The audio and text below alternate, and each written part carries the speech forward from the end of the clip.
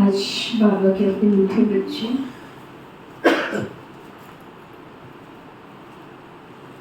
अब तुम्हें संपूर्ण बनना है।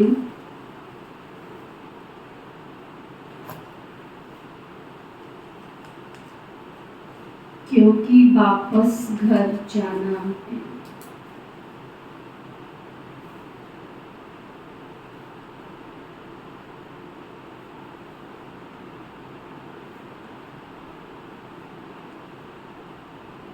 फिर पावन दुनिया में आना है।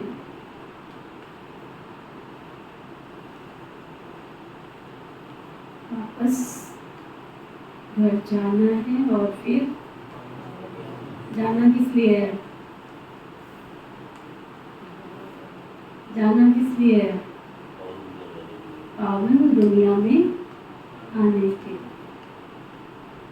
अगर पावन दुनिया याद रहेगी तो जाने में कष्ट नहीं होगा।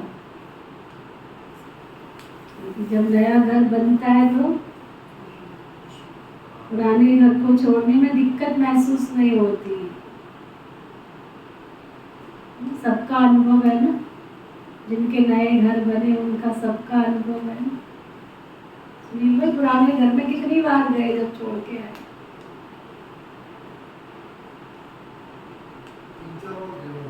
खुशी से गए या किसी ओकेजन पे गए? किसी कारण से। खुशी से तो कोई भी नहीं जाता। सबका एक्सपीरियंस है मेरे सही। बाबा भी कहते कि जब हमें नई दुनिया याद रहेगी कि हमने पावन दुनिया में जाना आना है, नई दुनिया में आना है, तो पुरानी में जाने में कष्ट नहीं होगा। छोड़नी है पुरानी दुनिया में रह के भी क्या करें। 22 साल में 3-4 बार। शुक्र है आप 22 साल में 3-4 बार तो गए। और मैं तो जब से छोड़ के आई केवल रुक्मणी दीदी के साथ में एक बार गई बस। रुक्मणी दीदी यहाँ आए थे तो उनको बाबा का संदेश दिया हुआ था। उन्होंने जाते जाते कहा कि नीति पुराना वाला घर तो दिखा। रात के 8:30 बज रहे थे। 8:30 बज गए थे ना, 8 साढ़े 8। मैंने कहा अंधेरा है वहाँ, क्योंकि उन्होंने हिम्मत रखी।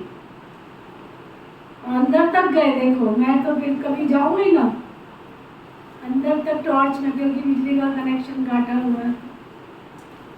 2 साल तो फालतू का बिल भरा। उनके साथ में गए। सामान भी सब निजा बहन लेकर के आई। निजा भी क्या, बाबा ने कोरोना लाया, वो भी हमारे लिए तो भाग्यशाली हो गया।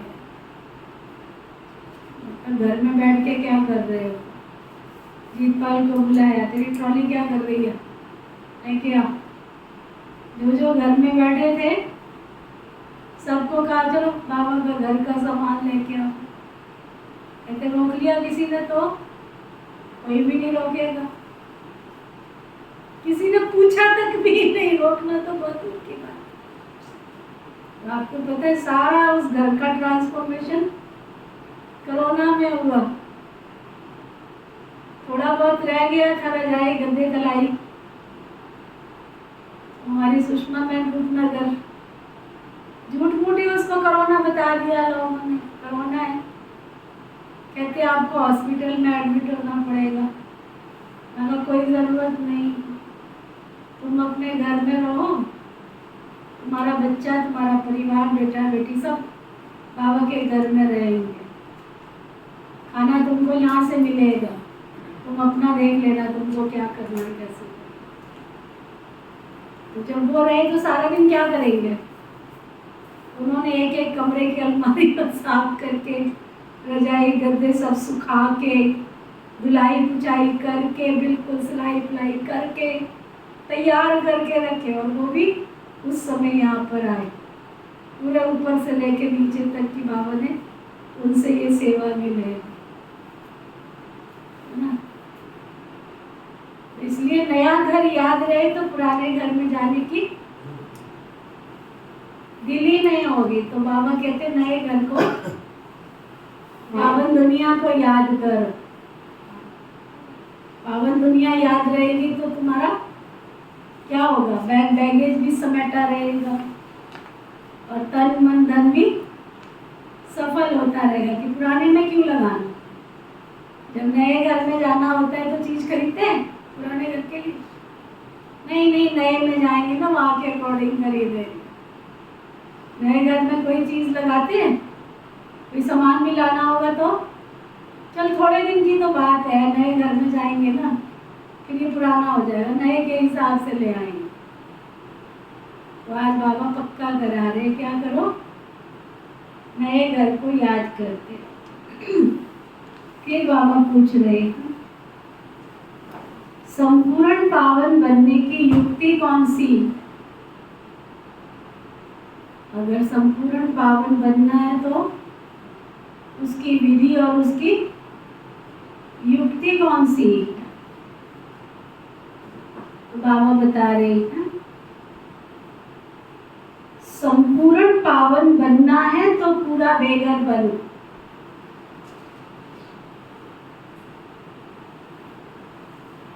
संपूर्ण पावन बनना है तो पूरा बेघर बनो, बेघर।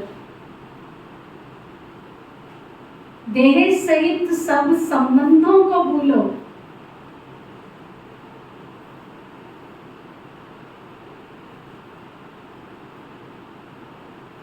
और मुझे याद करो, तब पावन बनेंगे।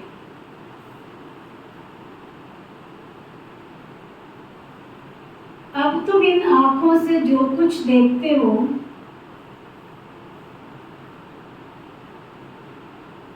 ये सब विनाश होना है।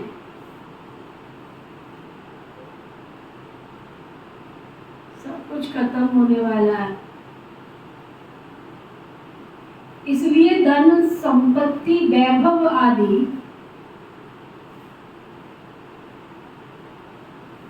सब भूलकर बेघर बनो।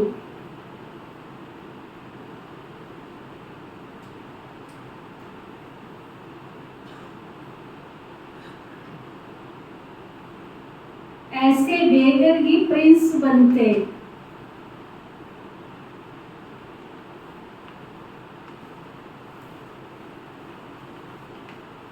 इतनी गहरी बात बताई बाबा ने। अगर प्रिंस बनना है तो इस जीवन में क्या हो भाई, अगर सतयुगी प्रिंस बनना है तो इस दुनिया में रहते हुए बेघर की तरह रहो, बेघर। ये नहीं शान शौकत में जी रहे हैं। चप्पल जूते चाहिए तो 5,000 वाले, कपड़े चाहिए तो ब्रांडेड। ये ब्रांडेड क्या होता है? चाल ही चलन ही चल गई है ब्रांडेड। एक टी शर्ट आती है 100 रुपए की, वही ब्रांडेड आती है 1000 रुपए। 900 रुपए फालतू का देना जरूरी है, नहीं तो पता कैसे लगे कि ये ब्रांडेड कपड़े नहीं पहनते। कितना वेस्ट मनी करते हैं। नहीं, जहाँ जरूरत है करो। बाबा ने ये नहीं कहा है रॉयल्टी से जियो, लेकिन बेघर बनना पड़े। ओम शांति। मीठे मीठे रूहानी बच्चों के प्रति रूहानी बाप समझा रहे। बच्चे ये तो अच्छी रीति समझते हैं कि शुरू में आत्माएं सब पवित्र रहती, हम ही पावन थे। पतित और पावन ये आत्मा के लिए कहा जाता है। आत्मा पावन है तो सुख है। बुद्धि में आता है कि हम पावन बनेंगे तो पावन दुनिया के मालिक बनेंगे। ये अंदर समझने की बात है। मेरी आत्मा पवित्र बनेगी, पावन बनेगी तो मैं पावन दुनिया का मालिक बनूंगी। इसके लिए ही पुरुषार्थ करते हैं। 5000 वर्ष पहले पावन दुनिया थी, उसमें तुम आधा कल्प पावन थे, बाकी रहा आधा कल्प। ये बातें और कोई समझ नहीं सकते। तुम जानते हो पतित और पावन, सुख और दुख, दिन और रात आधा आधा है। जो अच्छे समझदार हैं, जिन्होंने बहुत भक्ति की है ना, वही इस ज्ञान को अच्छी रीति समझेंगे। बाबा कहते हैं, मीठे बच्चों, तुम पावन थे, नई दुनिया में सिर्फ तुम ही तुम थे। बाकी जो इतने सब हैं वो सब शांति धाम में थे। पहले पहले हम पावन थे और बहुत थोड़े थे, फिर नंबरवार मनुष्य सृष्टि वृद्धि को पाती है। अब तुम मीठे बच्चों को कौन समझा रहे?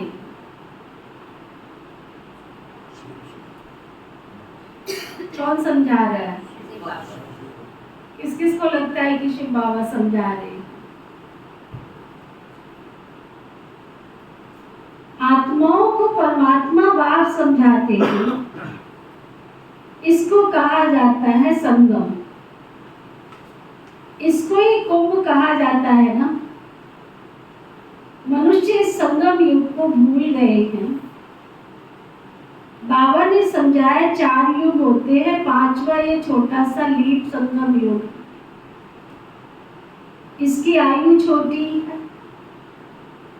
बाबा कहते, मैं इनकी वानप्रस्थ अवस्था में प्रवेश करता हूँ। बहुत जन्मों के अंत के भी अंत में आकर के प्रवेश करता हूँ। बच्चों को ये खातरी है ना, बाप ने इनमें प्रवेश किया है, इनकी बायोग्राफी सुनाई। बाबा कहते, मैं आत्माओं से बात करता हूँ, मैं किसी के शरीरों को नहीं देखता हूँ। देखो, बड़ी गहरी सी बात है। बाबा की दुनिया में सबसे ज्यादा कौन से गुण से विशेषता गाई जाती है? बाबा को जब हम याद करते हैं, भगवान को याद करते हैं, तो पहला कौन सा गुण उसकी महिमा में आता है? सब मूर्ख चंद बैठे होते हैं क्लास में, जरा नहीं बुद्धि का चरनी करते, मंथन करते हैं। अब भक्ति में कभी गीत नहीं गाया? हाँ, गुनगुना रहे हैं। किसी बात में कुछ तो निश्चय के बल पे चलना चाहिए ना। क्या कहते हैं? तू प्यार का सागर है, तेरी एक बूंद के प्यासे हम। ज्ञान की एक बूंद कहते हैं, शांति की एक बूंद कहते हैं, शक्ति की एक बूंद कहते हैं। क्या कहते हैं? सुनने के बाद भी नहीं बोला जा रहा है। सब गूंगे और बहरे बन के बैठते तो अंदर ज्ञान क्या जाएगा? ये तो कॉमन सी बातें होती ना, उनके जवाब भी नहीं देते हो, तभी तो नोट के चली गई थी ऊपर। जो महारथी भाई बहन आते हैं ना, उनको जब कहते हैं ये ज्ञानी बैठे हैं, उन्होंने तो ज्ञानियों के हिसाब से प्रश्न पूछ रहे ही हैं। ना तो तुम अमृत वेले में हाथ उठाने वाले हो, ना रेगुलर करने में उठाने वाले हो। कितने लोगों ने रेगुलर बोली में हाथ उठाया था? एक ज्ञानचंद भाई ने, बाकी 9 2 11। अमृत वेले में कितने ने हाथ उठाया था? वो भी ओम शांति, अपने मन मत का अमृत वेला। कभी जाग खुल गई तो 3:30, कभी जाग खुल गई तो 4, कभी जाग खुल गई तो 4:30। वो भी ओम नमो शिवाय। और अनुसूदी में हाथ उठावे तो तब तो देख के वो फाई रह जाएगा। ये क्लास, ये बीके की क्लास है, ये ब्रह्मा कुमार कुमारियों की क्लास है। अभी तक भोगबेटों के हाथ का खाते, अभी तक बाजार का खाते, अभी तक शादियों के घर में जाकर के, बरातों में जाकर खाना खाते। कुछ तो पक्के बनो ना, सब त्रेता की लास्ट क्वालिटी वाली आत्मा न बन के बैठो ना। क्या कह रहे हैं बाबा?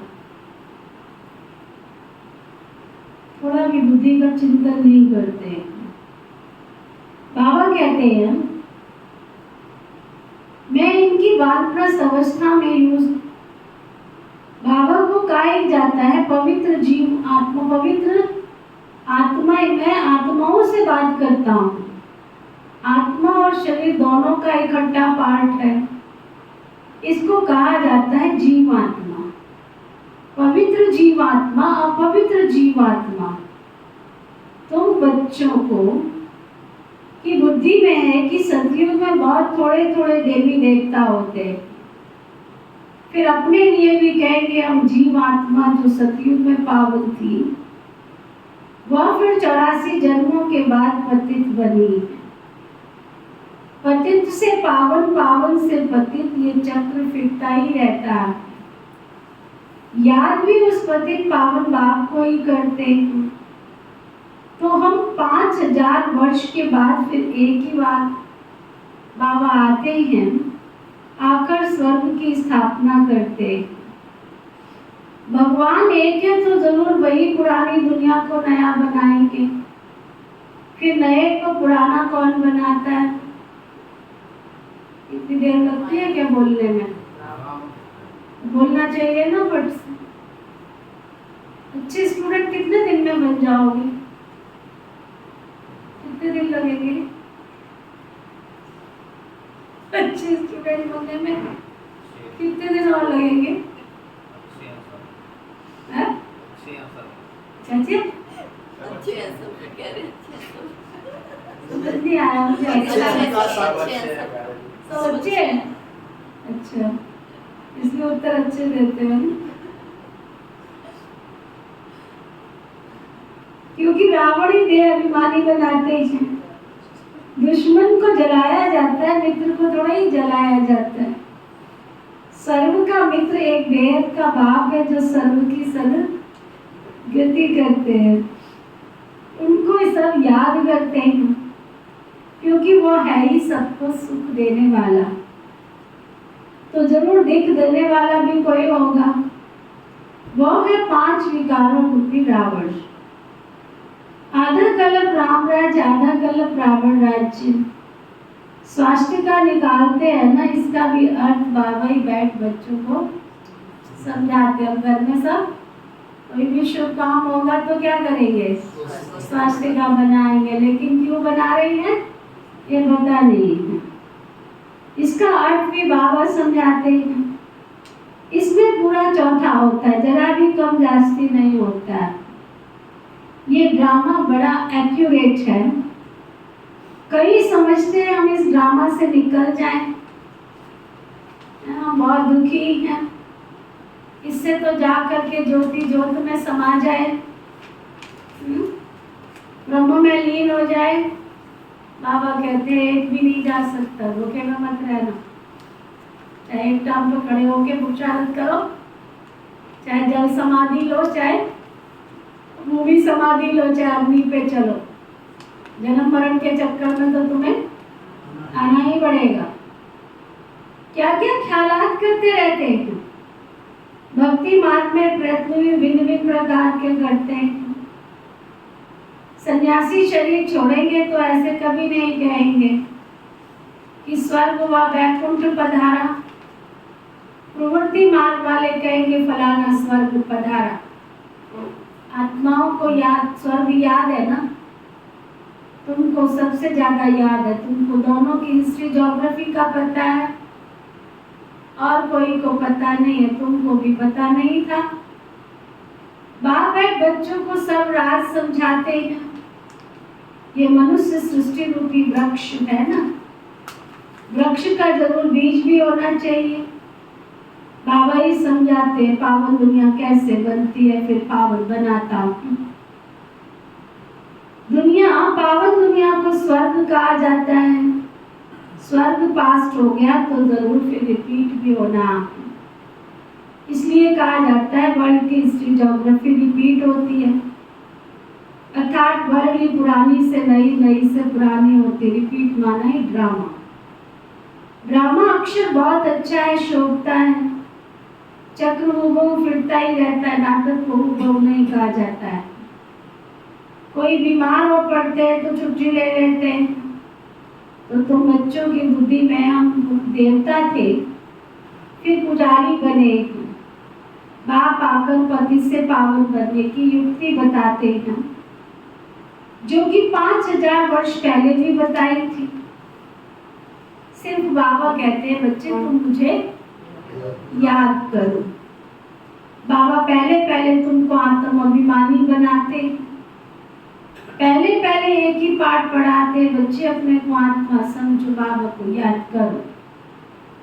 इतना तुमको मैं याद कराता हूँ। हाँ जी अच्छे स्टूडेंट,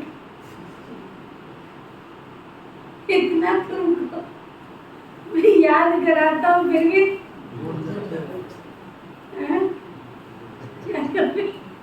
अच्छे स्टूडेंट की निशानी कहता है इतना तुमको याद कराता हूँ फिर भी भूल जाते हो।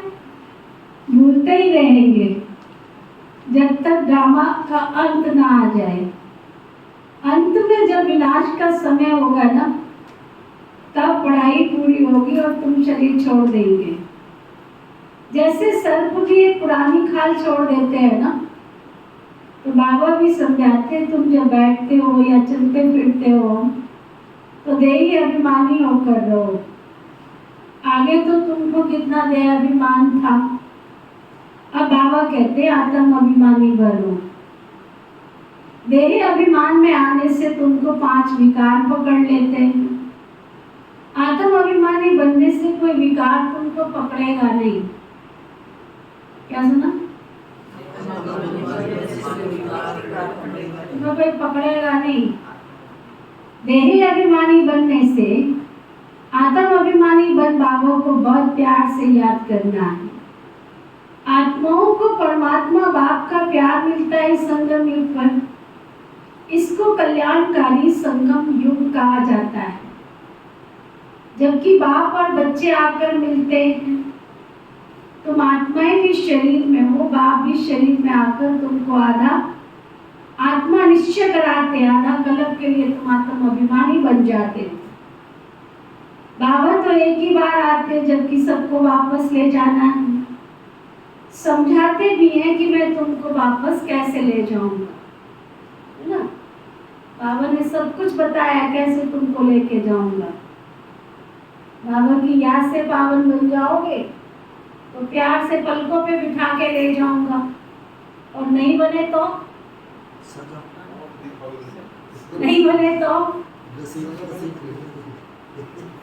घसीट घसीट के जाने के लिए कौन तैयार है?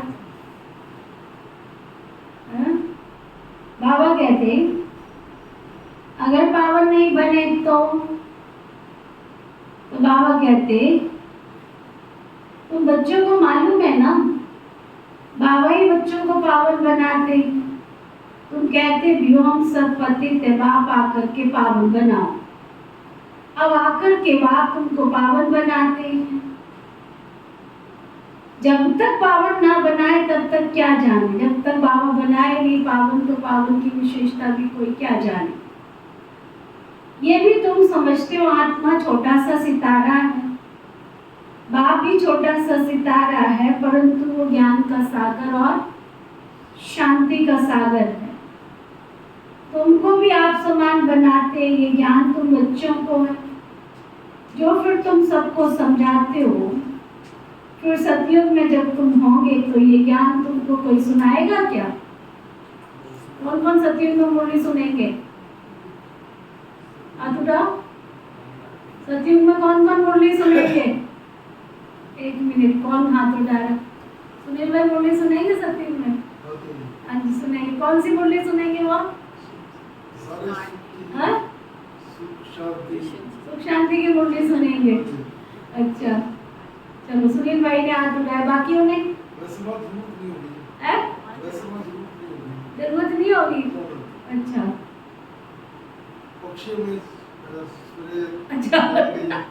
अच्छा पक्षियों की आवाज की मुरली सुनेंगे। अच्छा और बाकी सब गुमसुम होके बैठ जाएंगे। क्या कह रहे? काठ की मुरली सुनेंगे। अच्छा काठ की मुरली सुनेंगे। पूरे ज्ञानी, अच्छे स्टूडेंट, पूरे ज्ञानी। अच्छा है, मुरली की जरूरत ही नहीं है। ये उससे भी ज्यादा परम ज्ञानी कि वहाँ मुरली की जरूरत ही नहीं होगी। नशा ही नहीं है ना। सतयुग की दुनिया का नशा हो तो अंदर से निकलेगा। हम छोटे थे तो गीत बनाया था, मेरे सतयुग में आना रे बाबा, सुना? उसमें एक स्टेंजा आता है, संगम पर हम सुनते मुरली तुम्हारी और सतयुग में तुम सुनना मुरली हमारी। तो श्री कृष्ण मुरली बजाएगा तो हम नहीं सुनेंगे, क्योंकि तुम लोग सतयुग में आने वाले नहीं हो, तो सुनोगे क्या? जिनको नशा होगा वही सुनेगा ना, जिनकी आंखों से दिखेगा अपने कृष्ण की दुनिया में जाना है, मैं ही सच्ची गोपी हूँ, मैं ही सच्चा गोप हूँ। तो सच्चे गोप और गोपी तो मुरली के बिना रह ही नहीं सकते, चाहे उनके लिए संगम हो और चाहे सती हो। कृष्ण मुरली बजावे और कृष्ण की गोप और गोपियां उसके अंग संग ना हो, तो कृष्ण की भी शोभा क्या होगी? सुना? तो आप लोग गोप गोपी बनने वाले ही नहीं, इसलिए चुप बैठ जाते। सत्य में तो कोई मुरली सुनाएगा ही नहीं। चलो बाबा के पास।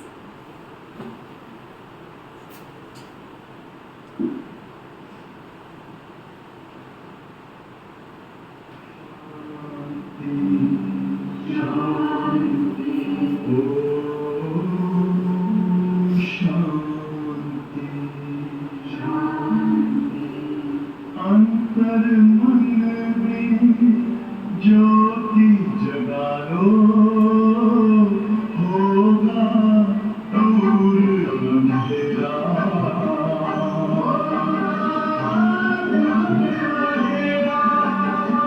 शिव का कर लो ध्यान, आ रहा पावन पुण्य सवेरा।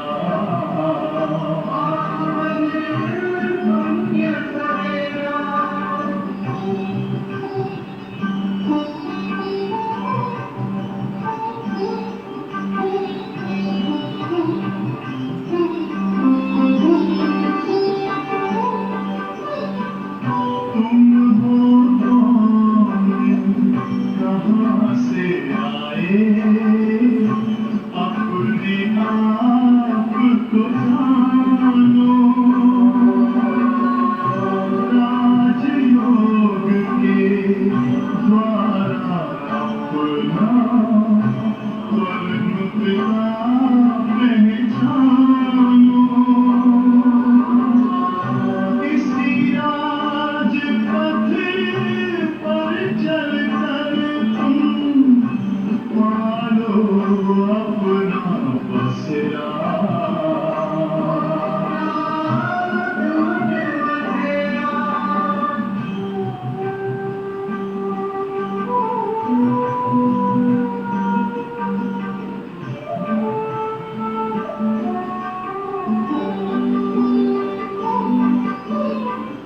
तुम हो आत्मा तन से प्यारे, परमात्मा को प्यारे।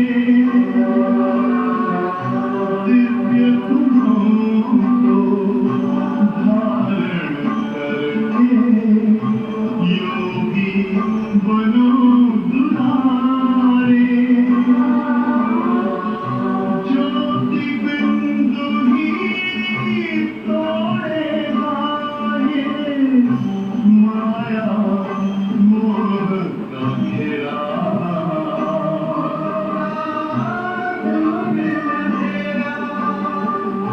अंतर मन में ज्योति जगा लो, होगा दूर अंधेरा।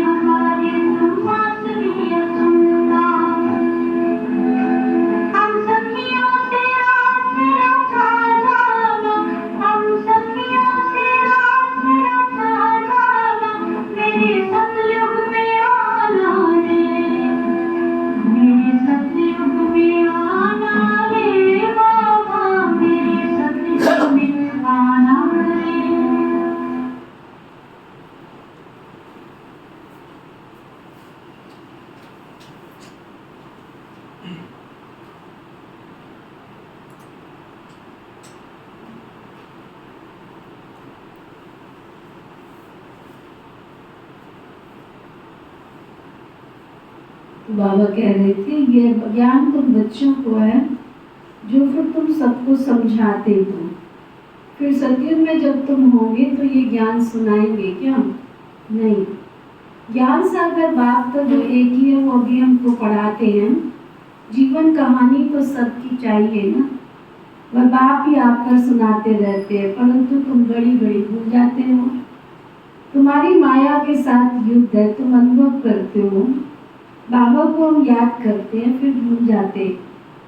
बाबा कहते माया ही तुम्हारी सबसे बड़ी दुश्मन है जो तुमको भुला देती है, अर्थात बाप से बेमुख कर देती है। तुम बच्चे एक ही बार बाबा के सम्मुख होते हो, बाबा एक ही बार वर्षा देते हैं, फिर बाप को सम्मुख आने की दरकार ही क्या है? पाप आत्मा से पुण्य आत्मा स्वर्ग का तुमको मालिक बनाया, बस फिर क्या आकर करेंगे? तुमने बुलाया और मैं बिल्कुल एक्यूरेट पूरे समय पर आया हूँ। हर 5000 वर्ष के बाद मैं अपने समय पर आता हूँ, ये किसको भी पता नहीं है। शिवरात्रि क्यों मनाते, उसने क्या किया किसको पता नहीं। इसलिए शिवरात्रि की होली डे आदि कुछ भी नहीं करते और सबकी होलीडे करते हैं, लेकिन शिव बाबा आते इतना ऊंचा पाठ बजाते, उनका किसी को पता ही नहीं पड़ता, अर्थ ही नहीं जानते हैं। भारत में तो कितना ज्ञान है। तो बच्चे जानते हो शिव बाबा ही ऊंचे थे, ऊंचे तो जरूर मनुष्यों को भी ऊंचे थे ऊंचाई बनाएंगे। बाबा कहते मैंने इनको इतना ज्ञान दिया, योग सिखाया, फिर ये नर से नारायण जा करके बना। उन्होंने ये नॉलेज सुनी, ये ज्ञान भी तुम्हारे लिए है और किसको तो ये शोभता नहीं। जो बाबा के बच्चे नहीं है, अज्ञानी आत्माओं को क्या पता ये कौन सा ज्ञान है, किसने आकर के सुनाया और इस ज्ञान से हम क्या से क्या बनते हैं। नर से नारायण बनने की ये कथा है। जिन्होंने धर्म स्थापन किए सब पुनर्जन्म लेते लेते एकदम तमो प्रधान आत्मा बन गए। फिर उन सबको सतो प्रधान बनना है, उस पद के अनुसार फिर रिपीट करना है। ऊंच पाठधारी बनने के लिए तुम कितना पुरुषार्थ कर रहे हो? कौन पुरुषार्थ करा रहा है? शिव बाबा। तुम ऊंच बन जाते हो फिर कभी याद नहीं करते हो ना, जब ऊंचे बन जाते हो तो फिर थोड़ा ही उसको याद करते हो। स्वर्ग में थोड़ा ही याद करेंगे। ऊंचे थे, ऊंच बाप है, फिर बनाते भी ऊंचे। नारायण से पहले तो श्री कृष्ण है ना, फिर तुम ऐसे क्यों कहते हो कि नर से नारायण बने? ये तो नहीं कहते हो नर से कृष्ण बने, कहते हो क्या? इसको इसका भी क्या राज है, कौन सुनाएगा? नर से नारायण कहते, नर से कृष्ण नहीं कहते, क्यों? क्या राज है इसका?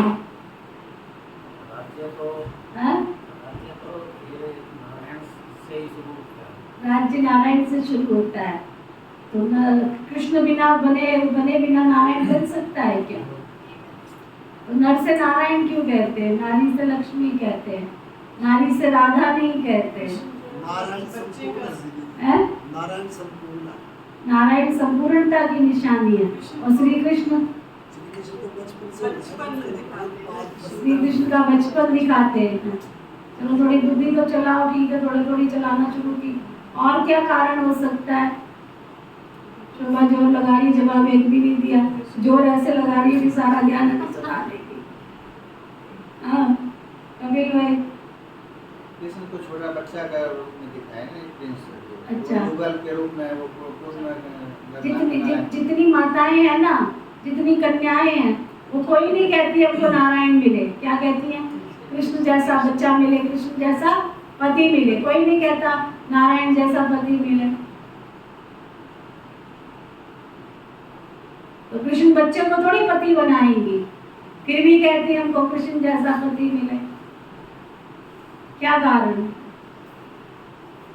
बस पूरा हो गया ज्ञान खत्म। ओम शांति। ठीक है, फिर ओम शांति। अब कृष्ण के गुण है उसकी क्वालिटी है नहीं। उसकी भी क्वालिटी है कि आत्मा की दो क्वालिटी हो गई। शुरू में तो अच्छा, और जोर लगाओ। कृष्ण की कथा नहीं कहते, सत्यनारायण की कथा कहते हैं, है ना। कृष्ण की कथा नहीं कहते, सत्यनारायण की कथा कहते हैं। अच्छा चलो सुनो ध्यान से। बाबा कहते हैं तुम ही जानते हो शिव बाबा ही ऊंचे थे ऊंचा है, जरूर मनुष्यों को ऊंचे थे ऊंचा बनाएंगे। बाबा ने ही तुमको ज्ञान दिया है, बाबा ने ही तुमको योग सिखाया है, और फिर वही जाकर के नर से नारायण बनते। उन्होंने ये नॉलेज सुनी, ये ज्ञान तुम्हारे को ही है और किसको तो ये शोभता नहीं है।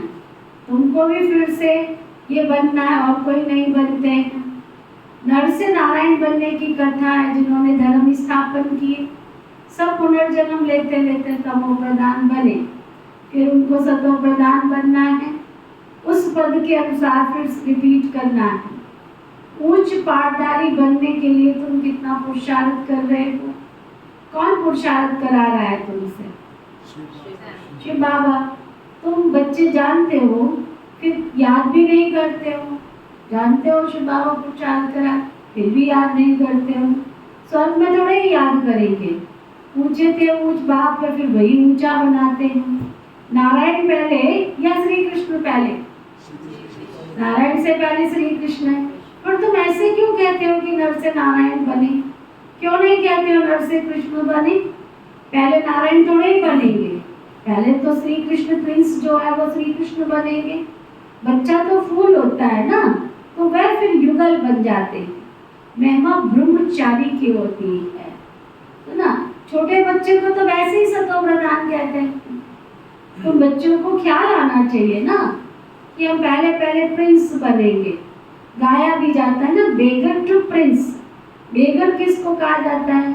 आत्मा को ही शरीर के साथ बेगर व साहूकार कहते हैं। इस समय तुम जानते हो हम सभी बेगर्स बनते हैं, सब खत्म हो जाते हैं। तुमको इस समय बेगर बनना है, शरीर से पाई पैसे जो कुछ तुम्हारे पास है ये सब कुछ खत्म हो जाना है। आत्मा को बेगर बनना है, सब कुछ छोड़ना है, फिर प्रिंस बनना है।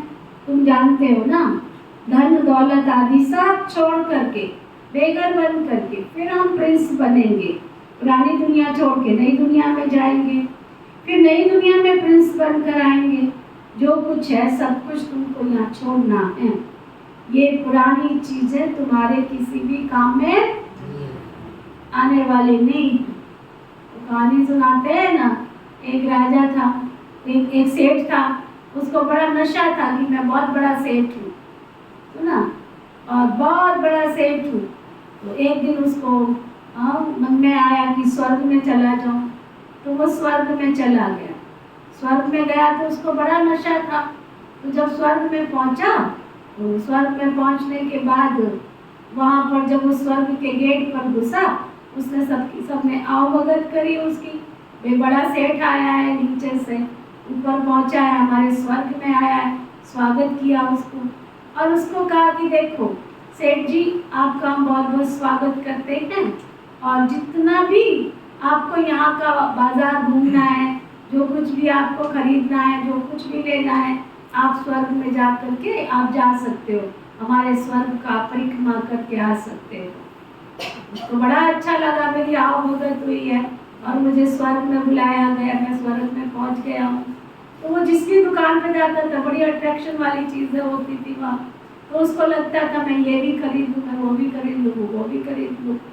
सुना, तो जिस दुकान पे जाता था तो उस पर जा कर के कहता था ये सारा सामान मुझे दे दो। लेकिन स्वर्ग में एक ही हट्टी होती है, तो वहाँ पर जो शॉप, जैसे मॉल होता है ना, मॉल में क्या होता है, हम बहुत सारी चीज़ें इकट्ठी खरीद लेते हैं, लेकिन बिल तो एक ही जगह कटता है ना, कि बिल एक ही उसमें कटता है। मॉल में क्या होता है, देखा कभी मॉल? एक ही जगह बिल कटता है। तो उसने बहुत सारी चीज़ें इकट्ठी कर ली, और इकट्ठी करने के बाद जब मैं दुकान पे पहुंचा जहाँ उसका बिल कटना था, बड़े नशे से बोला, बोलो कितना पैसा हुआ है तुम्हारा? उन्होंने बताया कितना हुआ है। तो बोला लो, कहता है ये नहीं चलते यहाँ पे, ये नोट नहीं चलते यहाँ पर, ये नोट नहीं चलते हैं, है ना। तो अब क्या करें, अब तो सामान कुछ भी नहीं ले सकते, वो नोट चलते ही नहीं है। इतने में उसकी दुकान खुल गई, तो उसकी आँख खुल गई, है ना। तो स्वप्न में गया था, शुक्र है। तो उसको लगा कि स्वर्ग में तो ये नोट ही नहीं चलते, जो सारी उम्र में यहाँ इकट्ठा कर रहा हूँ, फिर इतने सारा सामान मैंने इकट्ठा किया। फिर उसका बहुत विचार चलता गया और फिर वो महात्मा जी के पास पहुंचा। बोला, महात्मा जी आज मुझे बड़ा विचित्र सा अनुभव हुआ।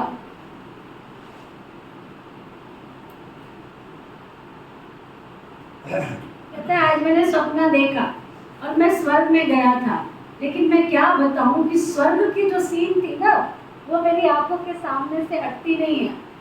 बहुत सुंदर स्वर्ग था, लेकिन वहां पर इतनी सारी सुंदर सुंदर चीजें मैंने इकट्ठी की और इतना सब कुछ पैसा मैंने बड़े शान से दिया। वो कहते हैं ये नहीं चलता है। तो महात्मा जी ने कहा, वो स्वर्ग था भाई, वो कलयुग नहीं था। स्वर्ग में पुण्य की पूंजी चलती है। तुमने इस संसार में कितने पुण्य जमा किए हैं, तुम अपने पुण्य देखो। ये जितने नोट, ये सब कुछ जो तुम है ना, ये सब स्वर्ग में नहीं चलता है। यहाँ का सोना चांदी ये सब कुछ नहीं चलता है। उसने कहा, समझे? वो मुंह लटका के बैठ गया। कहता, तुम इतने भी नहीं समझे।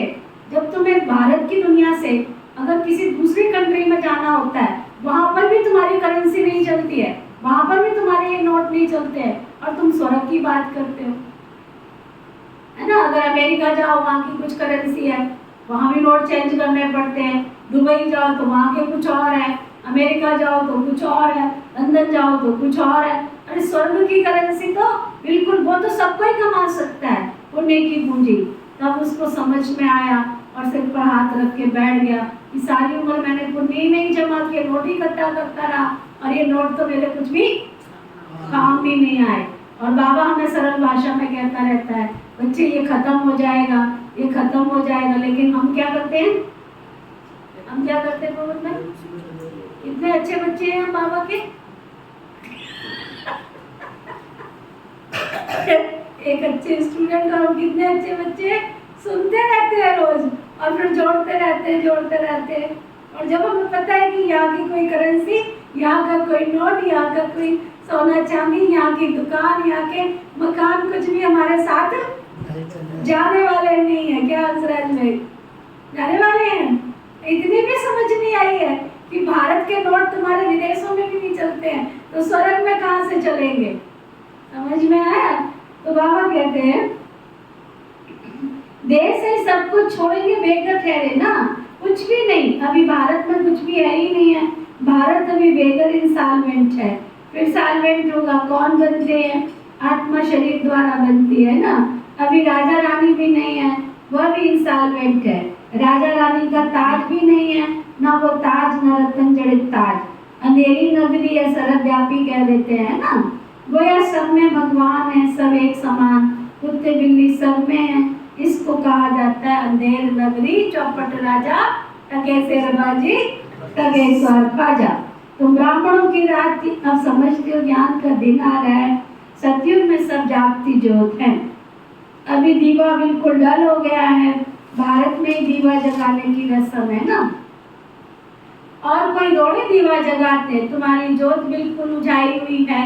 सतो प्रधान विश्व के तुम मालिक थे ना, है ना। वह ताकत कम होते होते अभी कुछ ताकत ही नहीं रही है। फिर बाप आए हैं तुमको ताकत देने के लिए। तुम्हारी बैटरी भरती जाती है, आत्मा को परमात्मा बाप की याद रहने से फिर आत्मा की बैटरी भरती जाती है। समझा?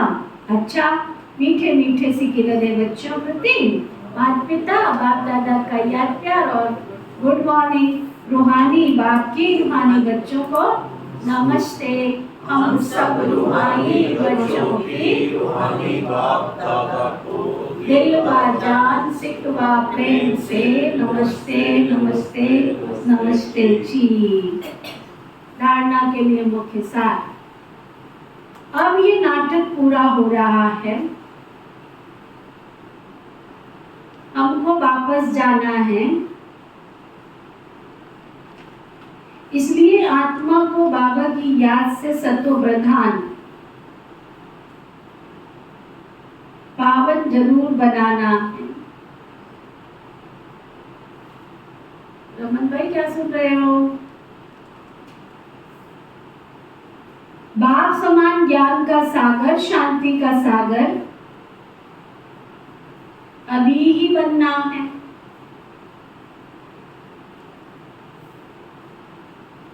इस देह से भी पूरा बेघर बनने के लिए बुद्धि में रहे कि इन आंखों से जो कुछ देखते हो, इन बाबा पक्का करा रहे, अगर पूरा बेघर बन रहा है तो इस आंखों से जो कुछ देखते हो ये सब कुछ खत्म हो जाने वाला है। हमें बेघर से प्रिंस बनना।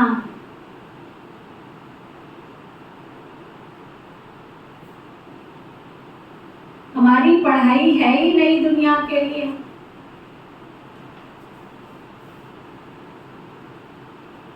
वरदान, सतगुरु प्यारे बाबा का वरदान, चमत्कार दिखाने की बजाय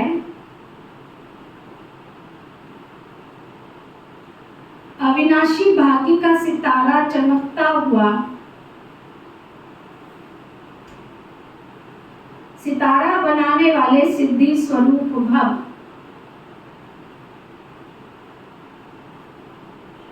क्या वरदान दिया बाबा ने? चमत्कार दिखाने की बजाय अविनाशी भाग्य का चमकता हुआ सितारा बनाने वाले कौन? सिद्धि स्वरूप भव। आजकल जो अल्पकाल की सिद्धि वाले हैं वह लास्ट में ऊपर से आने के कारण सतो प्रधान स्टेज के प्रमाण पवित्रता के फलस्वरूप अल्पकाल के चमत्कार दिखाते, लेकिन वो सिद्धि सदा काल की नहीं रहती, क्योंकि थोड़े समय में ही सतो रजो तमो तीनों स्टेजेस से पास करते हैं। आप पवित्र आत्माएं सदा सिद्धि स्वरूप हैं, चमत्कार दिखाने की बजाय चमकते हुए ज्योत स्वरूप बनाने वाले हैं। अविनाशी भाग्य का सितारा चमकता हुआ सितारा बनने वाले हैं। इसलिए सब आपके पास ही अंजलि लेने के लिए आएंगे। याद रखना, इतना ऊंचा बाबा बना रहा है कि सारी दुनिया को जब पता लगेगा कि यही शांति देवा है, यही शक्ति देवा है, यही खुशी के दाता है, यही प्यार के फरिश्ते हैं, यही शांति के अवतार है, तो शांति की अंजलि लेने, प्यार की अंजलि लेने, खुशी की अंजलि लेने के लिए दौड़ दौड़ करके आएंगे। स्लोगन, बेहद की वैराग्य वृत्ति का वायुमंडल हो तो सहयोगी सहज योगी बन जाएंगे। अगर हमारा पुरानी दुनिया से बेहद का वैराग्य हो तो सहज योगी सहयोगी ही सहज योगी बन जाएंगे। आज का अव्यक्त इशारा। इतने सब इशारे सुनते हो, कुछ फायदा होता है आप लोगों को सुनने का? जो कहते हैं हमें अव्यक्त इशारे का भी फायदा होता है वो हाथ उठाओ जरा। कर्म योगी व सहज योगी का हर संकल्प बाबा के स्नेह के वाइब्रेशन फैलाने वाला होगा। आप जब कोई भी कार्य कर रहे हो, घर का चाहे खाना पका रहे हो, सब्जी काट रहे हो, या कपड़े धुलाई कर रहे हो, या सफाई कर रहे हो, या जॉब कर रहे हो, अगर बाबा की याद है उस कर्म में, तो आसपास क्या बनेगा? आपका एक ऑरा बनेगा शुद्ध संकल्पों का, और वो शुद्ध संकल्प वायुमंडल में क्या करेंगे? प्रकंपन फैलाएंगे शुद्धता के। और जहाँ शुद्धता होती है वहाँ शांति होती है, जहाँ शुद्धता होती है वहाँ प्यार होता है, खुशी होती है। बाबा कैसे बता रहे हैं? जैसे जड़ चित्त शांति के अल्पकाल के सुख के वाइब्रेशन अब तक भी आत्माओं को देने का कार्य कर रहे हैं, ऐसे आप चैतन्य रूप में संकल्प द्वारा, वाणी द्वारा, कर्म द्वारा विश्व में सदा सुख शांति बाबा के स्नेह के वाइब्रेशन फैलाने का कर्तव्य करो। यही है कर्म योगी स्टेज। ओम शांति शांति।